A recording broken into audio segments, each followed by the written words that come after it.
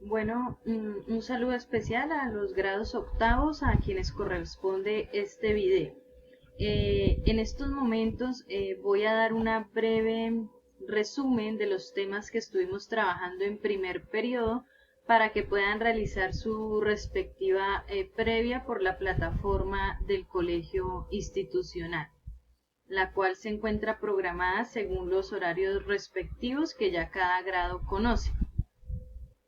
En las diapositivas que compartimos por la plataforma se evidencia una breve descripción de lo que es el término de reproducción, entendiéndolo como una función vital y con el cual prevalece la existencia de los seres vivos en el planeta, así como también algunos se ve reflejada lo que son la variabilidad genética. En estos momentos tenemos dos temitas de gran importancia que fueron trabajados en la clase, el cual consta, el primero es el ciclo celular. El ciclo celular consta de dos factores o dos procesos muy importantes, la mitosis y la meiosis, que lo abarcaremos al final del video. Y tenemos lo que es la reproducción sexual y asexual. En ella encontramos esta pequeña tabla comparativa donde podemos evidenciar algunas diferencias entre los tipos de reproducción. Estos de acá son las características que ustedes ya se saben y que han visto en su proceso académico desde primaria esta característica. Sin embargo, como ya están en un grado más avanzado, vamos a tomar las características que prevalecen aquí abajo y algunas que, aunque no están nombradas acá, ustedes las tienen en sus apuntes. La primera es que en la reproducción sexual hay variabilidad genética. ¿Qué quiere decir esto? Que su descendencia va a ser similar o parecida. Y en la reproducción asexual la descendencia va a ser idéntica. ¿Por qué? Porque solamente intervino una sola célula. Se va a hacer una copia idéntica o un duplicado idéntico. Tenemos también que en la reproducción sexual intervienen lo que son los gametos sexuales, las células sexuales o los gametos, que estos también son llamados células haploides. Recordemos que células haploides significan que solamente tienen una serie de cromosomas. Y acá no intervienen gametos, no implica la unión de células. Al final tenemos algunos ejemplos donde mostramos, en la parte de abajo podemos observar que contamos con algunos organismos o seres vivos que presentan dichos tipos de reproducción.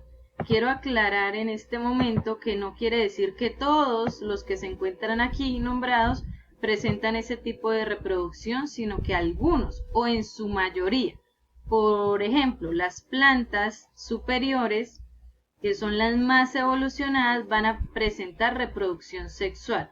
Pero si estamos hablando de una planta que no es superior, una planta menos evolucionada o no vascular, podría hacer reproducción asexual, ¿perfecto? Los animales también en su mayoría realizan la reproducción sexual y el humano. Y aquí tenemos como representativos de la reproducción asexual las bacterias, los protozoos, las arqueobacterias y algunos hongos. No se mencionan todos porque obviamente hay unos hongos macroscópicos que realizan la reproducción sexual. ¿Perfecto? Bien, vamos a seguir con la siguiente diapositiva, que nos va a mencionar algunas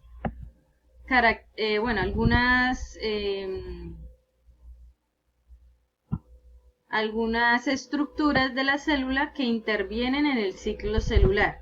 Las que vimos en clase con el grado octavo fueron el núcleo, la membrana nuclear, el nucleolo, la cromatina y los cromosomas.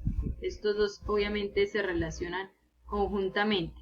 Igual el núcleo y el nucleolo. ¿Listo? De aquí, ¿qué partes o qué estructuras hacen falta que también las vimos en clase? Las voy a anotar por este ladito. El uso acromático que aparece, ¿cierto? Después, los centriolos, ¿listo? Y el resto ya está nombrado en este cuadrito que tenemos acá. Los cromosomas, membrana nuclear y núcleo. ¿Listo? Para recordar que ellos dos también tienen una función importante en lo que es el ciclo celular. Perfecto.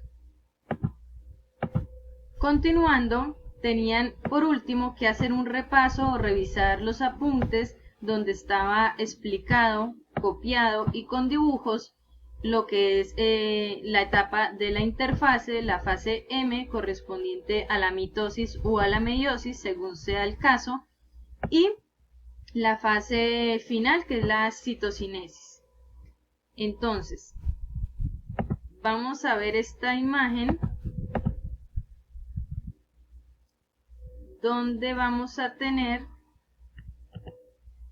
la mitosis. En la mitosis tenemos la interfase, que es donde se prepara la célula. En la interfase nosotros podemos evidenciar cuatro etapas o 4 fases. Ya se las menciono. La G1, la G2, la G0 y la S. ¿Ok? Entonces, vamos, aquí se las voy a nombrar y les voy a dar la pequeña descripción de cada una. Esto ocurre en la interfase. La G1 es donde se duplican los organelos y la célula aumenta de tamaño. ¿Perfecto? En la fase S es donde se duplica el ADN. En la fase G2 se corrigen los errores que de pronto ocurrieron en la duplicación del ADN. Y tenemos una fase que se denomina G0, donde la célula no va a realizar el ciclo celular, se queda en stop. A esas celulitas se les suele llamar estado latente, ¿listo? O latencia, cuando ellas no continúan su ciclo celular. Todo esto va a ocurrir, como lo mencioné, en la interfase, ¿listo? Luego de que sucede estos procesos hasta la G2, vamos a pasar a la profase. ¿Qué ocurre en la profase? En la profase, si vemos acá, los centriolos se empiezan a ubicar en los extremos, aparece el uso mitótico o el uso acromático, el núcleo, la membrana nuclear que está aquí, se empieza a deshacer o a desaparecer y el ADN que se encuentra aquí se condensa, es decir, se empiezan a hacer más visibles los cromosomas. Las siguientes fases, muchachos, como ustedes pueden ver, son demasiado sencillas. Son, digamos, características o unos pasos específicos que suceden en la célula. En la metafase, los cromosomas se van a ubicar en la línea ecuatorial de la célula. En esa línea, cada uso acromático se va a agarrar del centrómero. Ellos tienen un huequito y ellos se insertan allí para poder hacer la separación de las cromátidas o hermanas cromátidas que ocurre en la anafase. Entonces por acá ya vimos esta, vamos acá. En la anafase prácticamente lo que hace el uso acromático es jalar a los cromosomas para que las hermanas cromátidas se vayan separando. ¿Listo?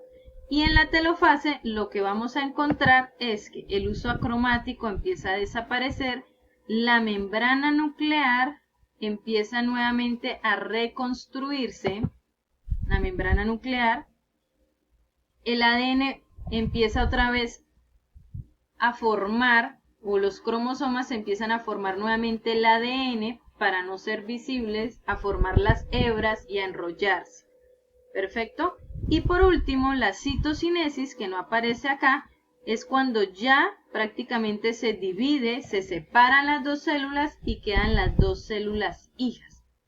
Aquí les voy a nombrar para recordar que se inician con una célula diploide y como aquí se duplicó el ADN, su resultado va a ser dos células diploides idénticas a su progenitora.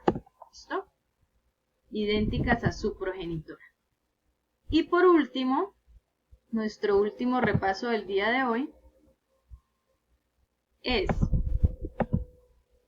la meiosis. Listo. En la meiosis nosotros podemos ver que existe la meiosis 1, que la tenemos desde acá hasta acá, y la meiosis 2. Ya les voy a seleccionar para que tengan mayor claridad. Entonces, esto que acabo de seleccionar es la meiosis 1, lo que está de verdecito, y lo que voy a seleccionar de azul va a ser nuestra meiosis 2. La mitosis y la meiosis se diferencian, tienen, digamos, grandes diferencias. Lo primero, en la meiosis vamos a obtener 4 células hijas y estas células hijas van a ser haploides. Es decir, van a tener una sola serie de cromosomas.